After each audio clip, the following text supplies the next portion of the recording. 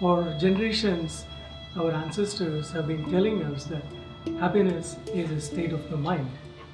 Yet, our society seems to be engrossed in the physical aesthetics. While it is important to work out and have a good physical health, it is equally important to have good mental and spiritual health by working inwards.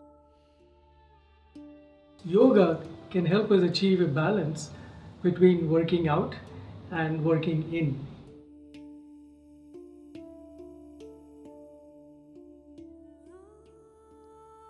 Over 20 million people practice yoga in America today. For most of them, yoga is synonymous with physical practices, the asanas. Very few people embrace the other aspects of yoga in their life, such as morals, disciplines, breath work, and meditation. I believe if they expand their practice even marginally by embracing these other aspects of yoga, they will benefit exponentially in all walks of life.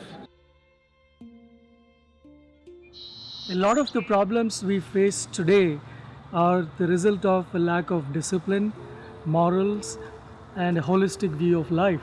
An integrated yoga practice can help us solve these problems.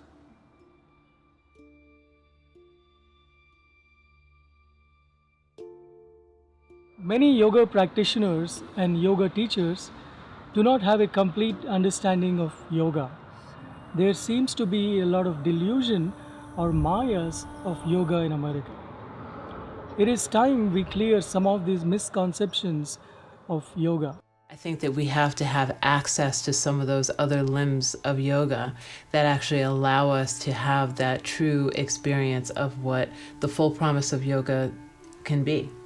So the yamas and niyamas are really essential, and rather than rules, I like to think of them in and of themselves as a practice. And one person will find that asana and going to church on Sunday will awaken their heart and enliven their relationship with God. Another person will find that doing Chapple of Ram, Ram, Ram, and drinking a lot of coffee is what they need. I think that it's also important for there to be people professionally trained in yoga, that is, that actually are familiar with the language, with the Sanskrit language, that are familiar with the history and the philosophy. Well, I just want to say, my view is that the baseline came from my teacher, Krishnamacharya, who said, yoga is not commercial activity. That's like a resounding, important message. Yoga has existed, right, in more than just this time and place.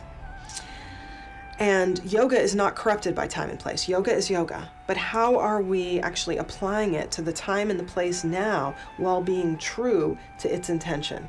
Join us to unveil the illusions of yoga and to explore the true spirit of yoga.